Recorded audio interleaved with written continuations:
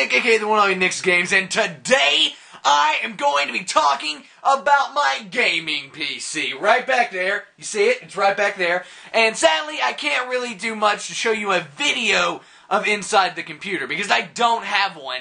And now I've completed my setup. It's kind of tucked away back in that corner, and getting back there to it and taking the case off would be hell, and I really don't want to plug everything back into it because it's perfect. Everything is set up. It's an ecosystem now, and I don't want to mess with it. So sadly, I can only show you a few pictures, which are flashing on your screen right now, and they'll keep going here for as long as I have pictures to show you. But nevertheless, I wanted to just, leave that back there, but I still wanted to talk about it, because I can't show you the inside of my build and all that, doesn't mean I can't sit and talk about it, and talk about what I think of it, and what I would do differently if I was going to redo the build, and all of that. So, let's go ahead and jump on into it. First off, I love this computer. I love the build. I love everything about it. I love how good it plays games. I love how easy it is to, stream, and record, and edit, and render times. I can render a 1-hour Minecraft video in about 45 minutes now, at a 5,000 bitrate.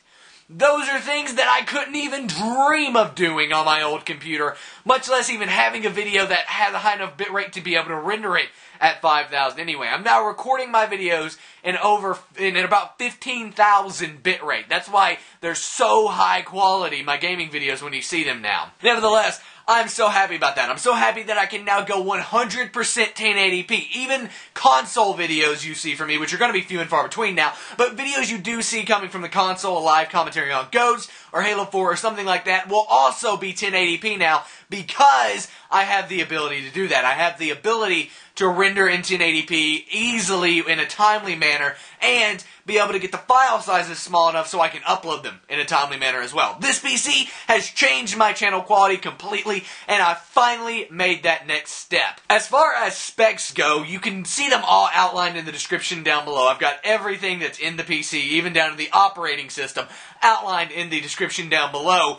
But nevertheless, as well as links to them on Amazon. So if you want to go check them out there, check out specific specs, you can do that. But nevertheless, I love everything about the specs. As far as, specs that I would change, I really wouldn't change anything, because this is right in my price range. It ended up costing me about $1,450 to buy this PC, and with tax and everything, shipping, all of that. And so, I wouldn't change anything about the specs. The processor's good, the graphics card is insanely good. I mean, everything is great about it. The motherboard, even though I had that problem with a DOA one first, the new one I got, the second one I got, perfectly fine, runs great. The RAM, 16 gigabytes of RAM, I might go ahead and upgrade to 32 in the future, but that's not needed by any means right now. So, I love it, and I love the fact that I will be able to upgrade my graphics card and things like that in the future if I need to do that. So, I am perfectly happy right now with my specs. One thing, though, that I would change, and I would recommend you do this as well if you build a custom PC, is get a modular power supply. I got a 550 watt non-modular power supply, meaning there's cords going everywhere in my PC. And while my computer does have really good cable management, it could have a lot better if I didn't have to shove all those cords in the back and all of that. So I would recommend getting a modular power supply. That way you only have to use cables and plug in things that you need. And you're not sitting there with a ton of extra cables that you're not even using running all over your PC. So that is one thing I would change, and hindsight's 20/20. And if I do ever upgrade my power supply, because I'm running very close to I'm running at about 475 watts.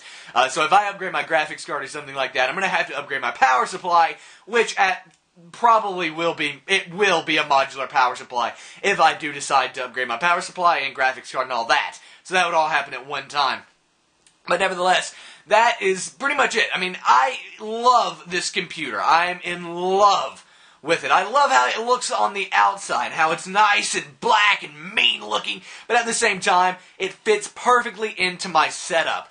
I also want to mention one thing else about my setup, and that is my monitor right over here to my left. I don't know how well you can see it. It is an old monitor that I had. I know I recently said back in the first Crisis Craft episode, I recorded episode 24, that I needed a second monitor. Well, I fixed that issue.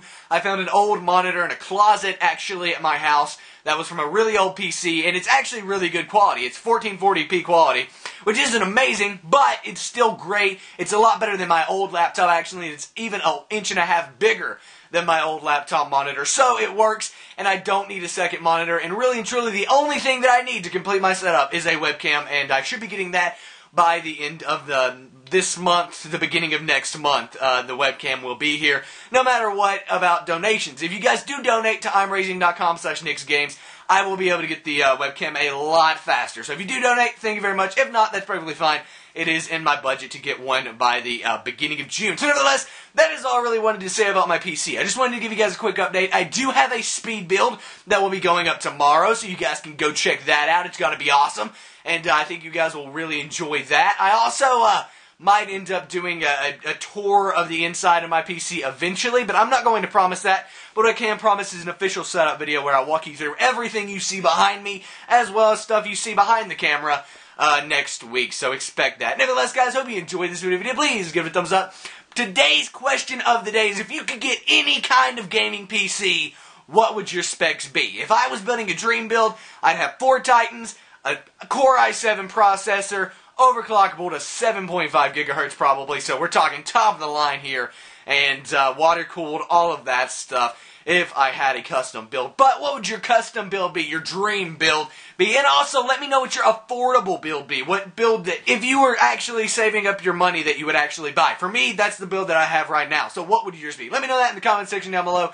Anyway, guys, I'm NicsGames, and I'm out. Peace. And here's some videos you guys might want to go check out. On the left is Newegg tried to screw me. In that video, I break down exactly what the situation with my original DOA motherboard was and how all that worked. So go check out that video if you're interested in that. And on the right is Indie Game Spotlight. And I think that's one of the best indie game spotlights I've done in a long time. It is on a game called DLC Quest. It's an interesting concept, and I really enjoy playing it. So go check it out. Also, check out my daily vlogs and bombs every screen. I'm NicsGames, and I'm out, guys. Peace.